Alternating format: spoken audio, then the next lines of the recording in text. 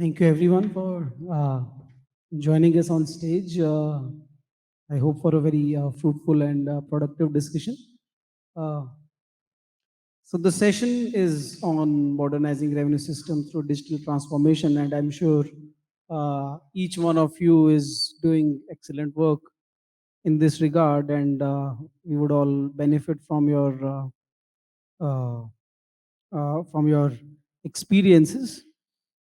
Digital, as Pathak sir was also saying, I think the use of digital technology, whether it is based on, whether it is a social network analysis where you try to correlate uh, the the different aspects of a individual's life with the tax he or she is paying. For example, uh, how much is the electricity consumption vis-a-vis what is the production of a particular factory. That is one aspect of it.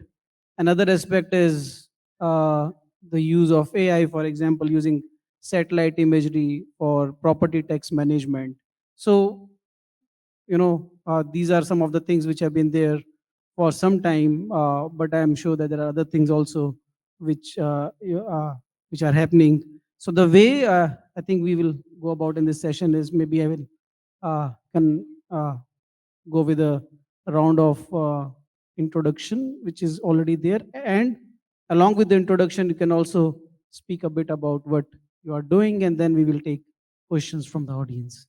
So first, handing over the mic to Rajneeth Kumarji. Good afternoon. When we are discussing about the modernizing revenue systems, I would rather focus on the finance part, how it is effectively managed. Generally, it is told that a rupee saved is a rupee earned. So this way, how internally we use the finance in a prudential manner, that is important. So if I say from the government viewpoint, what we do in Gujarat is we have one intermediary mechanism that is known as GSFS, Gujarat State Financial Services. That is a NBFC registered with RBI. That is 100% subsidiary of government of Gujarat. That is pooling all the surplus money and the idle money which are lying with the various departments and other PSUs. So in turn, they give competitive interest rates to the depositors and also the loans to the PSUs, which is the interest rates are which are lower than the banks. This way, how we effectively utilize our own resources within our government systems. So similarly, in the private players also, in the private companies also, you can also go in this line. This way, you can effectively utilize and you can get more benefits out of it. So now I'm handing it over to our colleague. Good morning to all. I am Ravi Prakash Gupta, 2007 batch IAS officer from Haryana cadre. आज सुबह से जो यहाँ brainstorming session चल रहा है, तो उसमें हरियाणा के राजस्व विभाग के बारे में कुछ बताना चाहूँगा और हरियाणा स्टेट में कैसे राजस्व विभाग को डिजिटलाइजेशन, जो कि आजकल मॉडर्नाइजेशन का ही एक सिनोनिम बनता जा रहा है, उसके माध्यम से कौन कौन सी पॉलिसीज चल रही हैं, उस पर मैं थोड़ा बोलना चाहूँगा। सबसे पहले मैं आपको, जैसे आज पाठक सर ने शुरुआत की थी, तो मैं भी एक छोटी सी जो हमारे प्राचीन साहित्य में से, प्राचीन ग्रंथों में से है, किसी ने कहा है, आप सभी समझ जाएंगे शायद, कि कोई भी ऐसा कार्य नहीं करना चाहिए जो अर्थ नीति के विरुद्ध जाता हो, क्योंकि सभी कार्य अर्थ पर निर्भर करते हैं। आई एम श्योर आप लोग समझ चुके होंगे, ये अर्थशास्त्र का वाक्य है, चाणक्य द्वारा कहा गया है। तो हरियाणा गवर्नमेंट में भी जितने भी कार्य किए जा रहे हैं, गवर्नमेंट पॉलिसीज जहां भी हैं, चाहे वो सोशल वेलफेयर से ही संबंधित क्यों ना हो, तो हम लोग उस पर ये माइंड जरूर अप्लाई करते हैं कि ये अर्थनीति के विरुद्ध तो नहीं है कहीं। अब जैसे मैं एक बहुत ही इम्पोर्टेंट आप लोगों को बताना चाहूँगा कि एक 6 फरवरी 2017 की पॉलिसी बनाई थी हरियाणा ने, जो आज भी बहुत अच्छे से चल रही है। Policy for purchase of land voluntarily offered to government for development purposes. मैंने छत्तीसगढ़ गवर्नमेंट में भी काम किया है, और जहां मैं एसडीएम की पोस्ट पे था वहां पे कोल ऐश मतलब जो सारा कोयला बेल्ट थी, और वहां हमको लोग रिक्वेस्ट करते थे कि हमारी भूमि अर्जन कर लो, भू अर्जन कर लो। तो लैंड एक्विजिशन में बहुत दिक्कतें आती थी, उसमें समय बहुत लगता था। किसी के मन में ये नहीं आया कि गवर्नमेंट, डेमोक्रेटिक गवर्नमेंट, उसको लैंड एक्वायर करने की ही आवश्यकता क्यों है। जब लैंड ओनर उसको सेल करना चाह रहा है, गवर्नमेंट परचेज करने को तैयार है, तो there should be a purchase policy. But नहीं भाई, ये कैसे पॉसिबल है, गवर्नमेंट तो एक्वायर ही करेगी, हम इक्वल फुटिंग्स पे कैसे आ सकते हैं किसी के। तो हरियाणा ने ये इनिशिएटिव लिया 2017 में कि हम लैंड वॉलेंटरली परचेज करेंगे, और उसके लिए क्या किया गया, सबसे पहला काम ई भूमि पोर्टल बनाया गया। आज के समय हरियाणा में कुछ लोग गवर्नमेंट को पोर्टल्स की गवर्नमेंट कह रहे हैं, और हमारे मुख्यमंत्री जी बड़े गर्व से कहते हैं कि yes, we are the government of portals, हम जो है पोर्टल्स की गवर्नमेंट है। जितने भी हमारे कार्य किए जा रहे हैं, जितने भी डेवलपमेंट कार्य किए जा रहे हैं, उनके लिए आज लैंड की कोई कमी नहीं पड़ती है, क्योंकि पब्लिक अपने आप से अपनी लैंड ऑफर करती है, as a government as a potential buyer खरीदती है। ई भूमि पोर्टल पे हमारे पास पब्लिक की रिक्विजिशन पब्लिक की ऑफर्स आती हैं, और कहीं कोई डिस्ट्रेस सेल ना हो, वो भी इससे इंश्योर होता है। ज्यादा लंबा ना खींचते हुए मैं दूसरी बात और बताना चाहूंगा।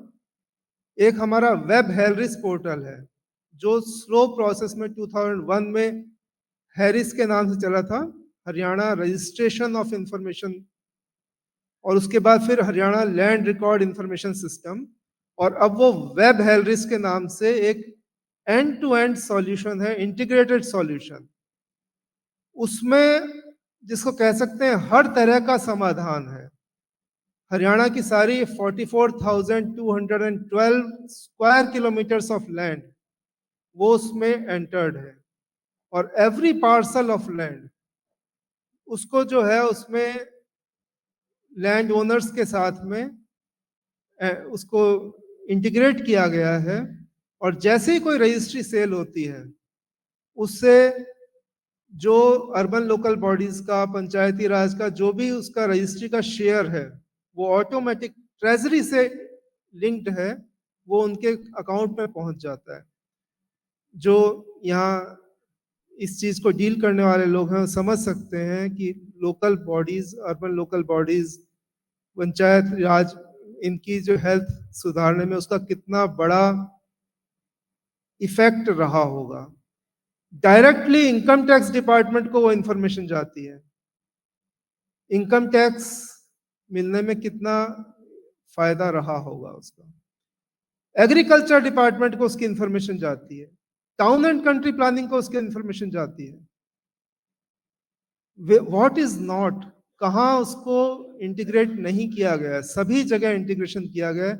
और तो और अब जो एक Haryana state large scale mapping project हमने चलाया है, जिसमें स्वामित्व योजना, जो पहले अंग्रेजों के समय क्या होता था कि जो रेसिडेंशियल एरियाज होते थे गांव के, उनको उनकी कोई कीमत नहीं लगाई गई थी, उनकी रजिस्ट्री नहीं होती थी, तो इसलिए गांव का व्यक्ति हमेशा गरीब रहता था। शहर का व्यक्ति है तो उसके घर की कीमत है, गांव के व्यक्ति के घर की कोई कीमत नहीं है। लेकिन अब ऐसा नहीं है। हमारे यहाँ 25 लाख से ज़्यादा प्रॉपर्टी कार्ड्स जारी कर दिए गए हैं, जो कि गांव में जो आबादी देह बोलते हैं हरियाणवी में उनको, तो वो उन सभी एरियाज में आबादी देह की रजिस्ट्री हो गई है। वो उस पर अब लोन ले सकते हैं, उसको जो है सेल कर सकते हैं, जो पहले पॉसिबल नहीं था। ड्रोन मैपिंग हो रही है पूरे हरियाणा में अब, जो दिसंबर 2024 तक हम पूरी ड्रोन मैपिंग कर लेंगे। और अभी जस्ट जो रोहित गुप्ता सर के प्रेजेंटेशन में बात चल रही थी पेंशन के बारे में, तो हरियाणा गवर्नमेंट का ये कहना है कि सोशल सिक्योरिटी पेंशन जैसे ही व्यक्ति 60 साल का पूरा होगा, उसके अकाउंट में ऑटोमेटिकली जो 2,500 के रुपए के आसपास अभी हमारे पेंशन दी जाती है पर मंथ, हर 60 वर्ष से ऊपर के व्यक्ति को कुछ नॉर्म्स हैं उसमें कि उसकी इनकम या उसके पास इससे अधिक इनकम नहीं होनी चाहिए, 3 लाख समथिंग है, तो उसके खाते में ऑटोमेटिकली जो है पेंशन आने लग जाएगी। तो चूंकि ये पैनल डिस्कशन है, तो मैं अभी अगले स्पीकर को देता हूं। धन्यवाद। Very good afternoon to all the senior officers, colleagues, and everyone present here. I am Abhishikth Kishore. I belong to 2015 batch of IAS, born to Andhra Pradesh cadre. I'm currently working as Special Commissioner Commercial Taxes, and I'm also holding the post of Deputy Secretary in Finance Department. In Commercial Taxes Department, I'm looking after two wings, both IT and enforcement. It has been around 6 months for me in the department. I would like to briefly talk about a few good initiatives that we have taken up in the state of Andhra Pradesh. Mostly, when it comes to our IT wing, it has three pillars. So, one is obviously the GST portal. Then we have our APCTD dashboard, which is AP Commercial Tax Department's dashboard. And the third pillar is APTIS. We call it as AP Tax Information System. So these are three main portals that are used across the state, and our entire IT system works on these three portals. In IT system, we have two major sects. One is automation, second is GST intelligence. So we have various officers at different levels working in these two sectors. Now, coming to all of us know about GST portal and what we do there. Coming to a second pillar, which is AP tax information system. It's an internal portal that we have developed, mostly for monitoring. We have a lot of MIS reports there. Then uh, we use various data that is provided to us by GST and through APIs. But for the data that is not available and which is quintessential for monitoring all the field offices, we have some workflows designed on our this internal portal called Aptis. We ask and encourage our officers to give us feedback. The allocation of enforcement cases happens there. Some of the details of payment and some details of registration also is prompted from there. And then now these days, one good example that I can quote here is the problem that we are facing with NETPs, non-existent taxpayers. So now the CRU officer, the central registration officer, doesn't have a lot of scope to verify all the facts on GST portal per se. Rather, he does it offline, but then we don't have all those data points to verify. So on our this internal portal, we have developed a module for screening and surveillance. So before he approves the GST application, he has a set of checklists and various factors that he has to verify. So he fills in that checklist and submits those documents to us, and then he goes on and approves the application once he justifies the details that are provided in the GST application. Then there is the surveillance module. Every GST application, we have few risk factors. Once we segregate them according to the risk factors, we monitor the taxpayer for 6 months.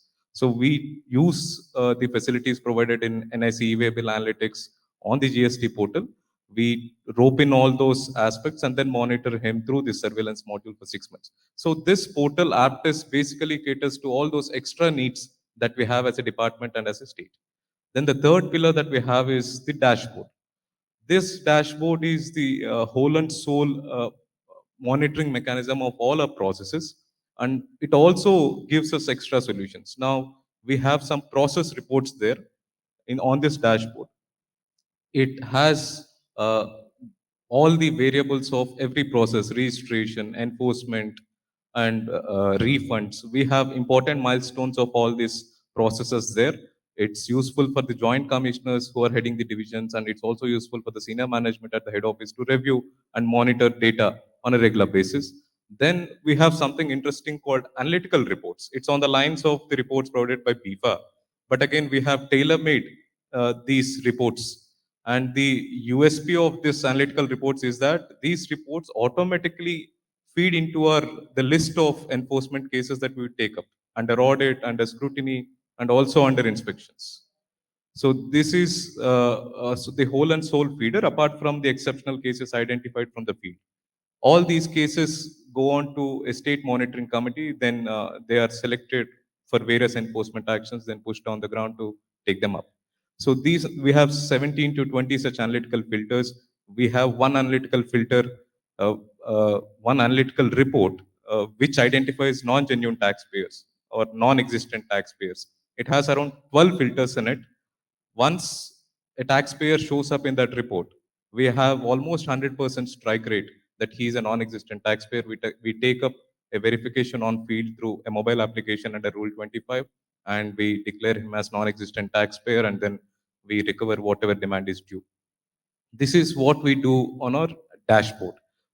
We also manage our legal cases through this dashboard. It is the, as I said, the whole and soul tool, data tool that we use in our department. These are three main pillars. And then I can also speak about a couple of good initiatives which we have already showcased in GST Council. One is the written scrutiny automation tool. We have showcased this in last GST Council meeting, where we have automated written scrutiny is more or less it has various arithmetic checks that we do. So all these arithmetic checks can be automated. In fact, GSTN is also trying to do something on these lines. So we have taken in 17 critical points that we verify whenever a case a taxpayer is selected for written scrutiny.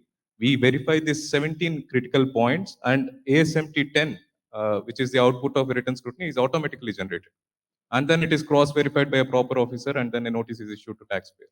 So this has saved almost 35 to 40 man hours per written scrutiny case taken up in the state of AP.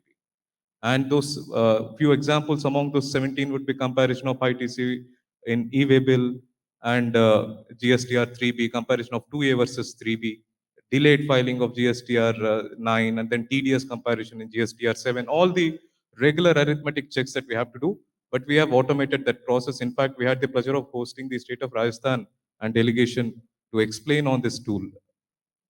So next would be the recent All India drive that we did on non-existent taxpayers. In fact, we have done that entire drive through a mobile application. It was a very simple solution, but it was quite effective. So we have given some very small checkpoints to be verified by our field officers whenever he visits a business premise. And then automatically the system would decide whether it's an NETP, it's not an NETP, or if a further verification or a further enforcement action is needed to decide on its status. So we have developed this application. It has been quite useful for us. Now we have identified almost 229 NGTPs in this drive. 22 crores of ITC is blocked, and around 100 crores of evaded tax is identified using this mobile application. And the written scrutiny tool, we have done almost uh, identified 328 crores of demand. So 328 crores of demand using the return scrutiny tool till date. And the last and important item that I would like to discuss is a data analytics unit that we have developed or set up for the finance department. It's not for the APCTD department alone. In finance, we wanted this data analytics unit to operate on all revenue generating departments, on excise, on municipal administration, on transport, on land revenue, and most importantly, on commercial taxes. Now, this data analytics unit, we have roped in data scientists, very expert, experienced data scientists. We have a team of 10 people. And then we have made some important collaborations. We have collaborated with Council of Policy Research, with JPAL, and EGO Foundation. Now, what does this data analytics unit do?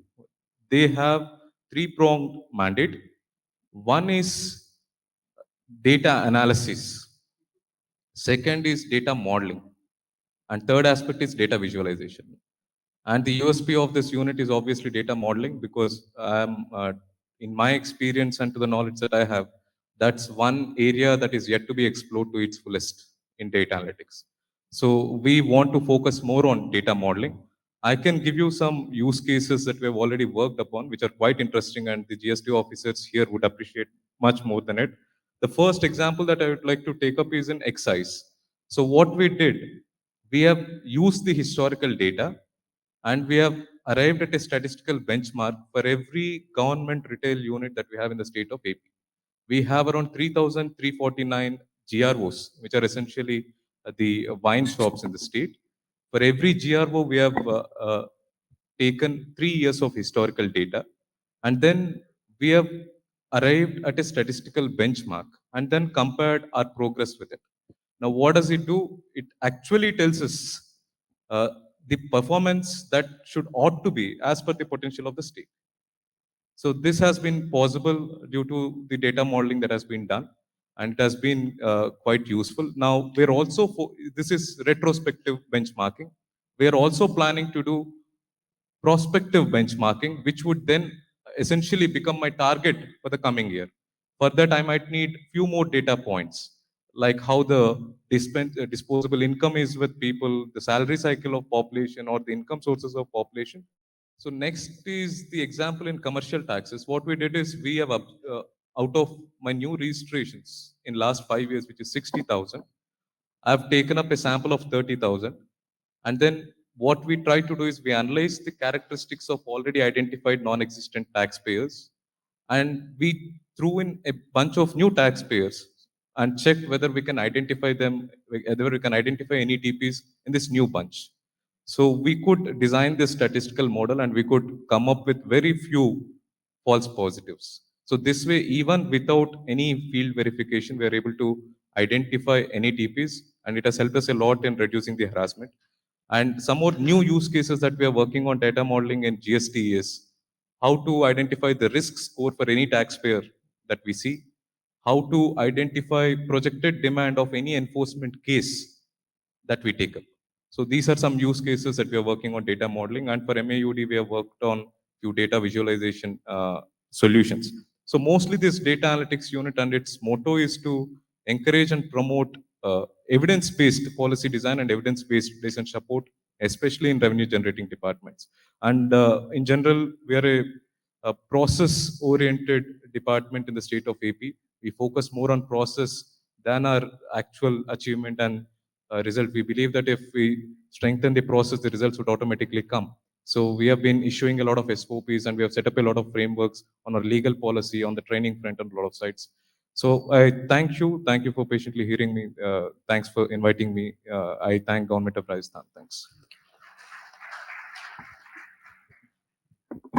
Thank you. I represent the Information Technology Department of the state. So therefore, I'll talk about the infrastructure, because for any digital transformation, we require digital infrastructure in place. So for that, the state has done wonderful jobs. You must have read about it. You must must have observed about it. We have a tier 4 database, a data center, wherein 600 racks can be set, which can occupy almost 20,000 servers. We have our own Rajnet system, wherein we are connected till the Gram Panchayats. We can have a video conferencing also facility with the Gram Panchayats.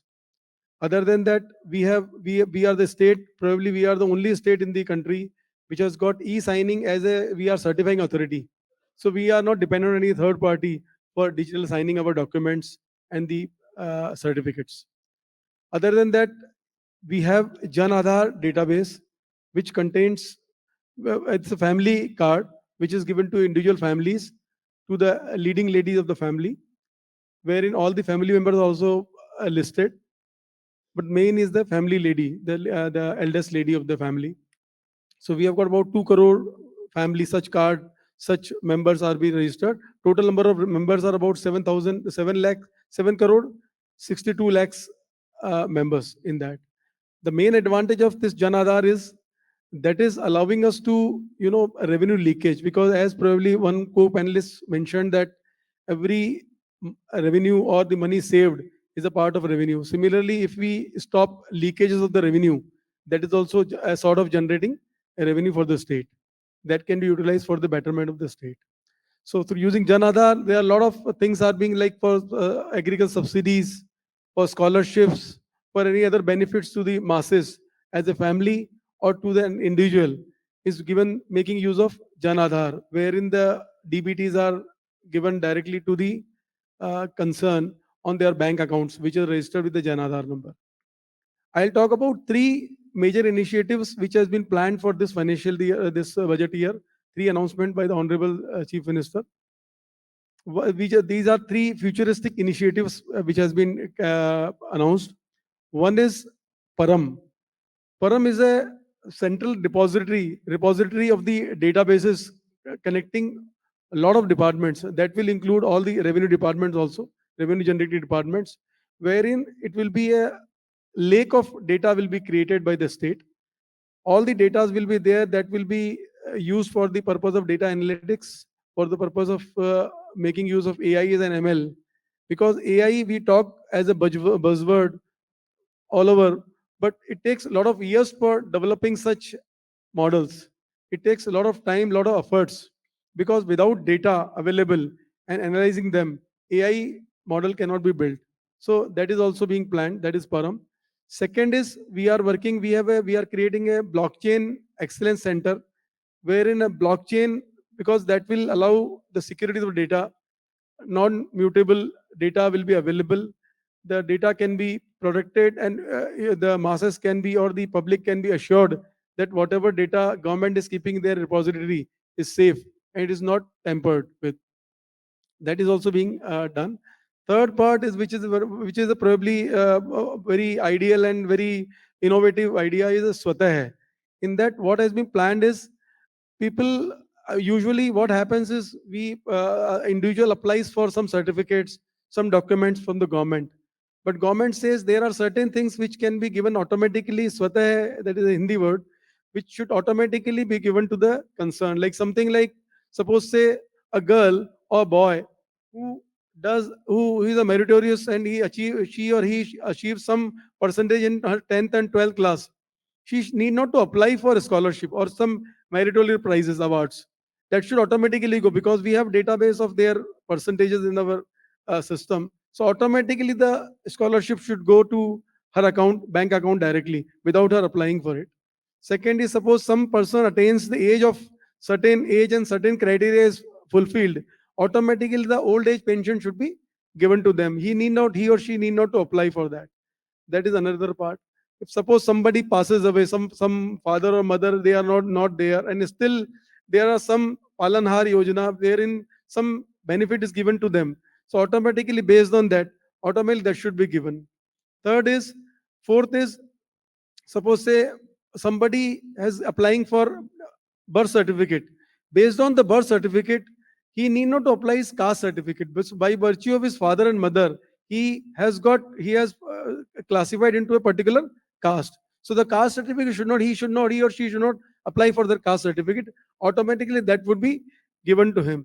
Similarly, bona fide certificate should also be issued to them. So these 3-4 futuristic initiatives which has been taken by the state government, and as a IT department, we are only enablers for providing support to department, finance department, for commercial taxes department, for registration stamps, for all revenue generating department. And we are creating a foundation for them, and based on them, that foundation, the further pillars will be raised. Thank you.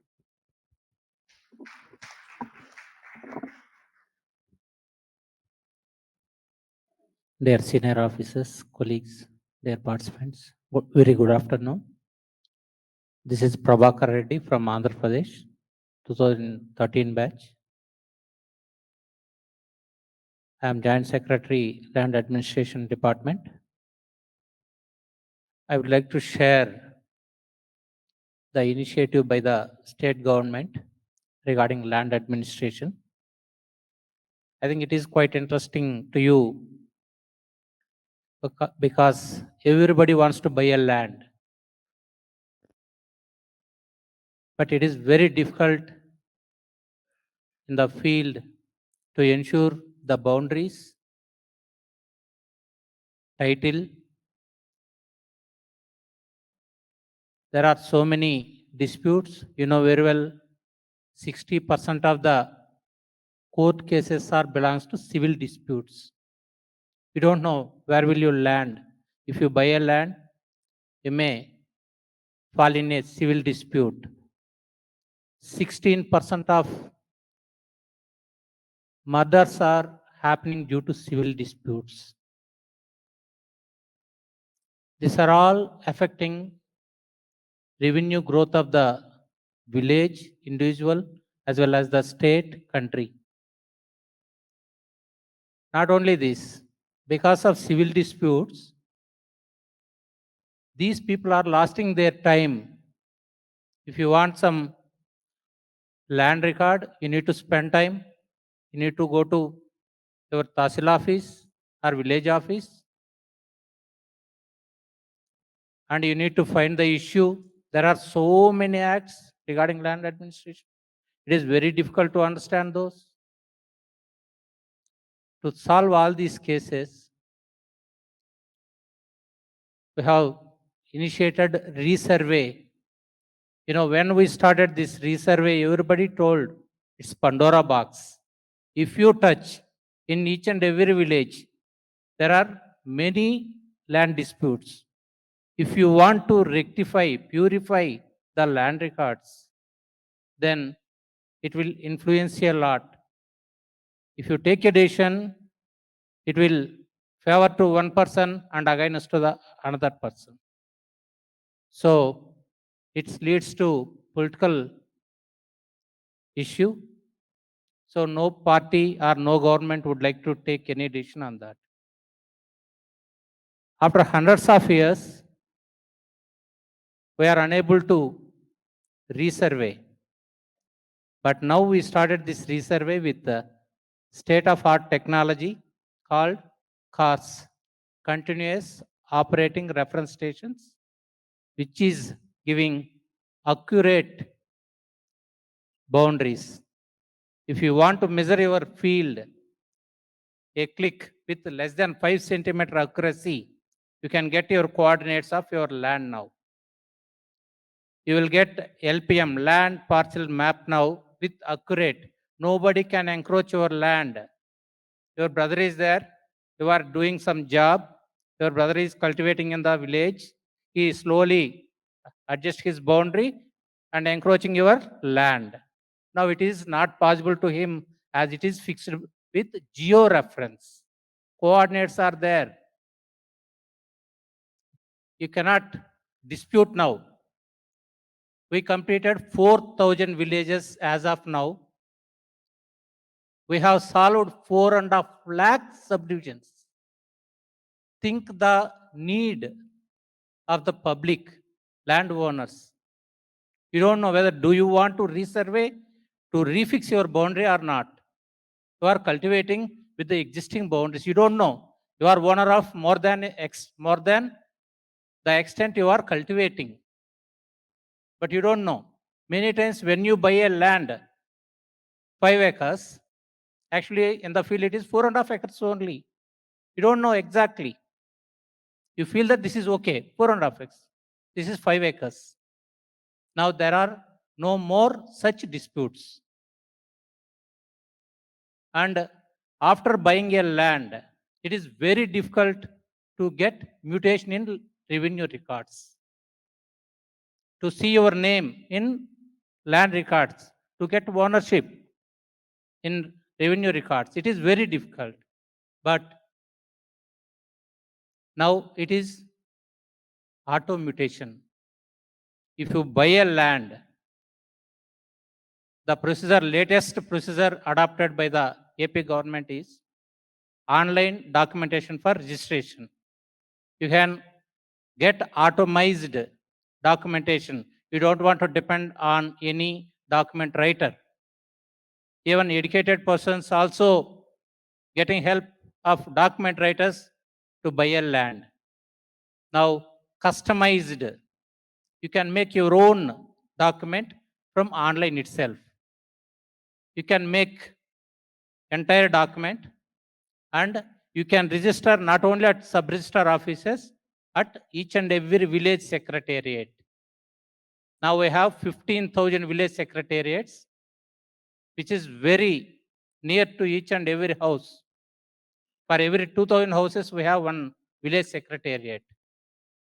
So you can get registration at your nearest point. You don't want to spend single pie, you don't want to go somewhere else to reach sub-register office.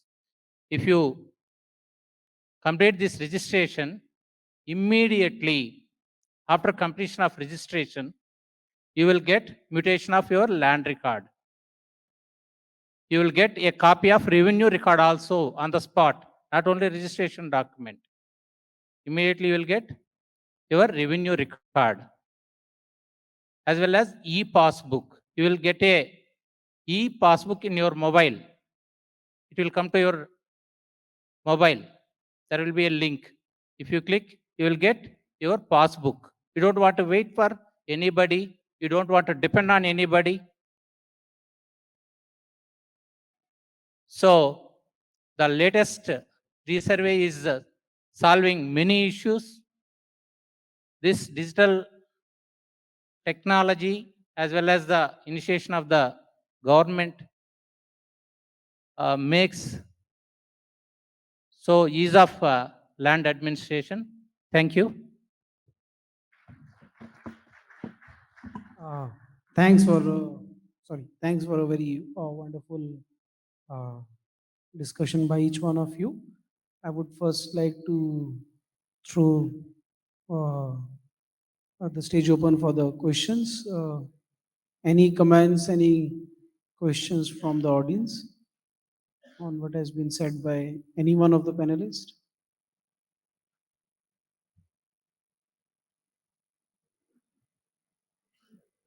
वहाँ mic देना.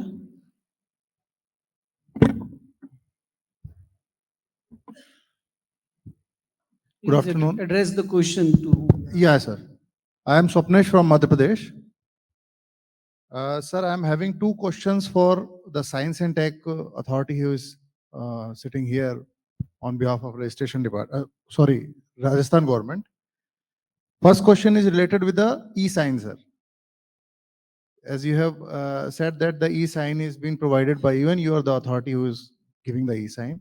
How you are ensuring that the Aadhaar number provided to you by the same person who sent the information from whatever portal they are sending?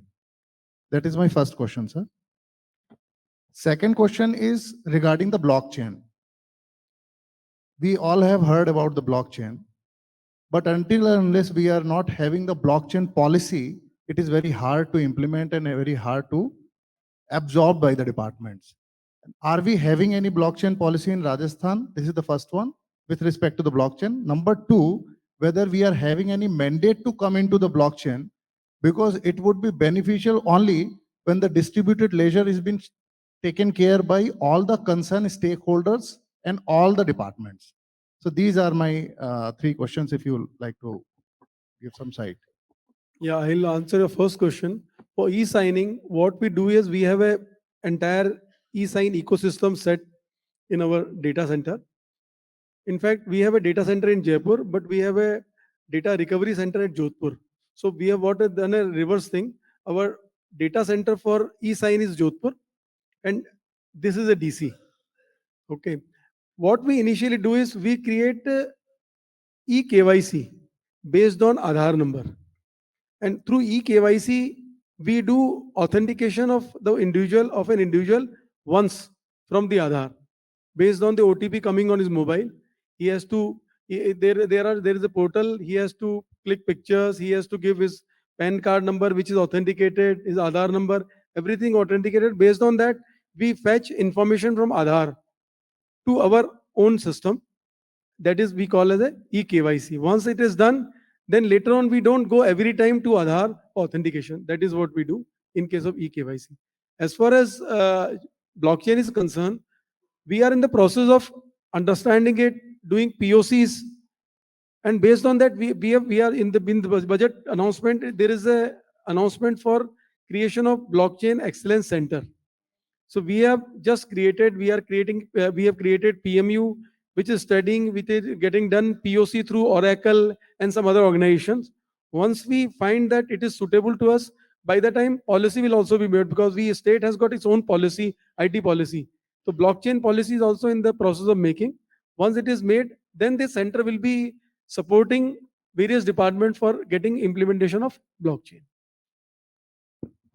Right, sir. Thank you. Thank you so much. Mike.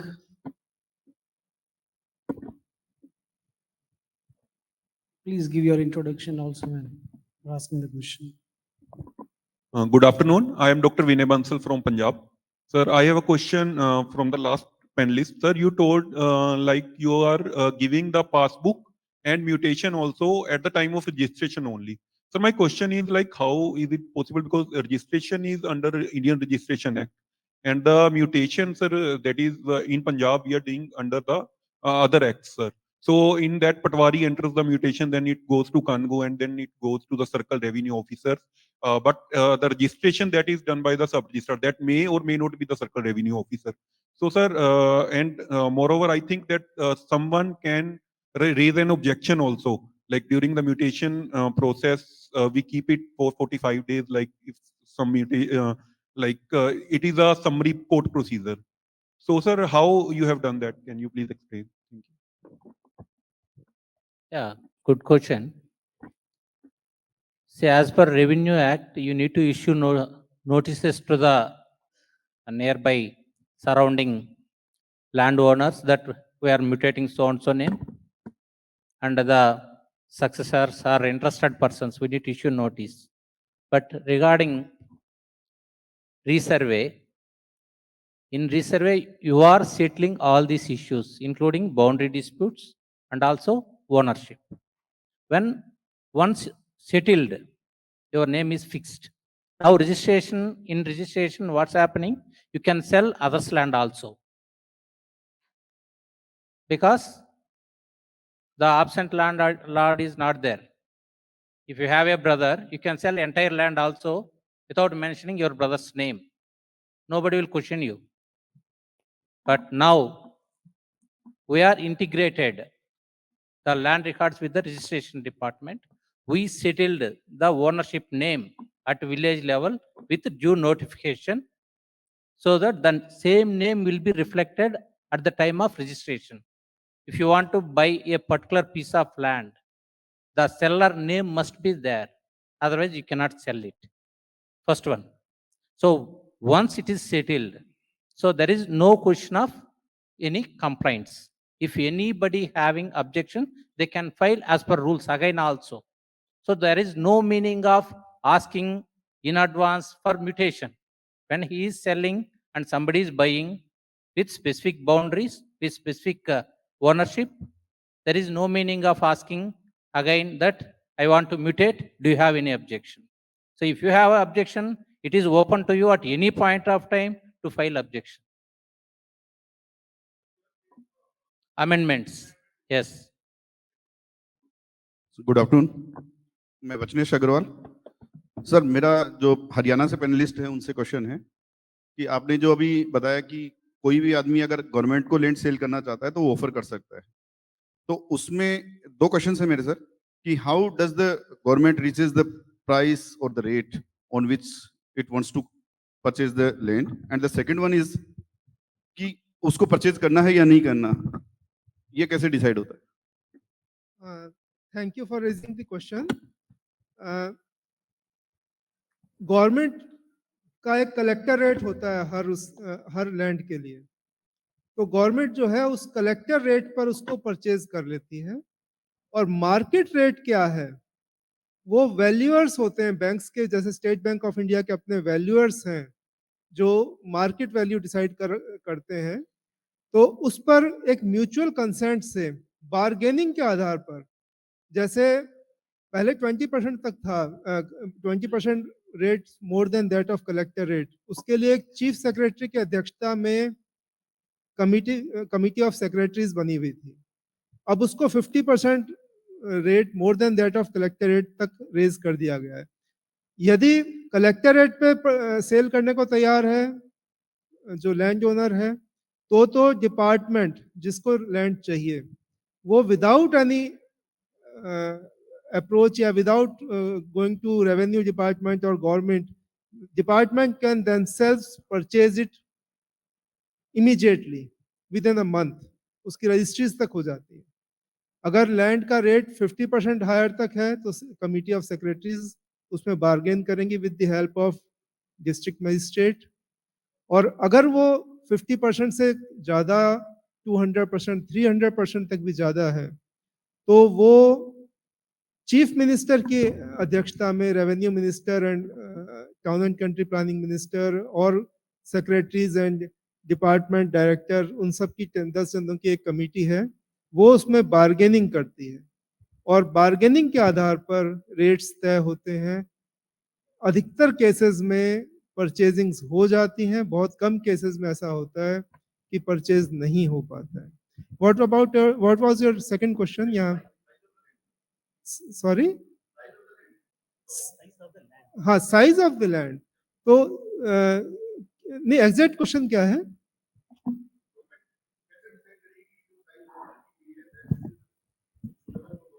हाँ, उसके लिए क्या है कि हमको जैसे पहली बात है कि डेवलपमेंट प्रोजेक्ट, जो प्रोजेक्ट है, हमको जितनी लैंड चाहिए वो उसके लिए एक चंक ऑफ, जैसे एक विलेज या चंक ऑफ विलेजेस में कहाँ कहाँ लैंड चाहिए वो पहले ही हम पोर्टल पे डाल देते हैं। और अगर जो उसमें पॉलिसी के दो पार्ट्स हैं, part A and part B.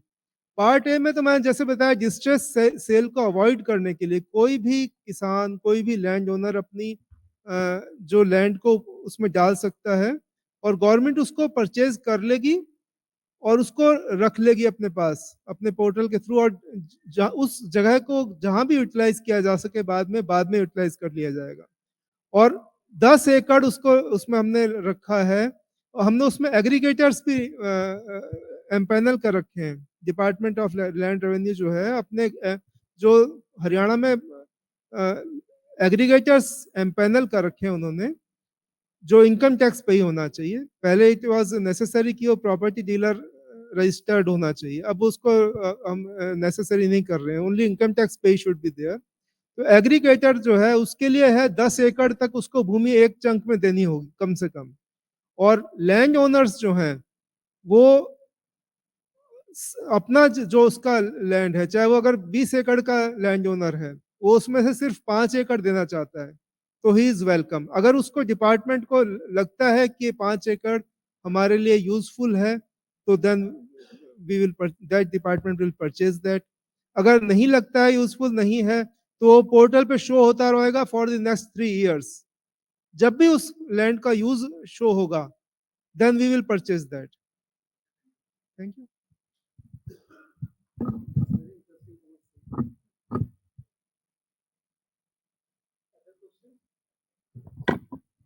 Sir, I have a last question to the last panelist here. Sir, are you doing the same kind of registration for urban and rural, both the areas, or only for the rural areas for the agriculture land only? As of now, resurvey started in agriculture lands first, and then Swamitva also started. Now, the existing registration along with mutation is for only agriculture lands. After this, we will add this urban properties also. And I would like to inform you one more thing, that it's a most important thing to each and every state also. As of now, in entire country, we have only presumptive title on the lands, not conclusive titles. If you buy a land and you feel that there are no disputes on the land, but after some time somebody may come and file a complaint, may file a case against you, stating that I have ownership on this land, my father sold this land without my signature. But land titling bill The state government approved that, passed the bill, and it is waiting for approval of the President of India. If once conclusive title comes, then you will get ownership exact conclusive title. You are you are buying a laptop, you are buying a mobile without any inhibitions. No case is filing against you that you bought a mobile which is mine. Like that, you can buy your land without any hesitation in future if you have land titling. Thank you. Am I clear? Sir, Thanks. just one question to Abhishekth. Abhishekth, you said that the scrutiny is now being done online in Andhra Pradesh. Is it being done through the GSTN? Because as per my understanding, now even the audit, e-audit is happening in certain states on pilot models. So are you doing it through your own software or you are doing through the GSTN only? Our own software. On So then what happens to the GSTN e-scrutiny? so as of now, we are doing this. We have identified the 17 points where we are running this written scrutiny automation tool against. But in fact, even we spoke with GSTN. They have the plans of automating all these arithmetic checks. So once we get that, I think we'll use the same. So, say, I'm just telling from my experience of Maharashtra. In Maharashtra, scrutiny is automated only and through GSTN. So, is it that Andhra Pradesh is not there as part of the rollout, or? I'll have to check that. But then we have these are tailor-made checks that we have designed for AP. These Second 17 question checks. is, yeah, no issues, because I know certain things are being rolled out. Maybe some states are a part of the pilot and some are not. Second was, you said that registration, because the checks are not in place, so you have your own system of keeping the checks before issuing the registration. And as per the GST network, in 7 days, if you don't approve it, it is default given. By default, it is given. So how are you ensuring, because there would be an inbuilt resistance in the employees and the workforce, that they have to also work in the GSTN and also in simultaneously in your own software as well. So do you have what is your workforce parameters for that, and how is it happening? Ma'am, we have consciously made this decision. There is a certain duplication of work. Even when I spoke about this AP tax information system, we are capturing data of few modules like enforcement, process, and others in our system also. But we thought it is needed for us to monitor the activity happening on the field properly. And coming to this specific question, ma'am, I think it is regarding registration. It is simple yes or no questions. He would do that specific check and we'd just capture his feedback on that. It wouldn't take more than 5 to 10 minutes. Once he has done all his checks, he would just use it as a reference document. You would see all the checks that he or she has to perform against given data points. We are able to stick to the 7 days SLA that is given by the GST. Thank you.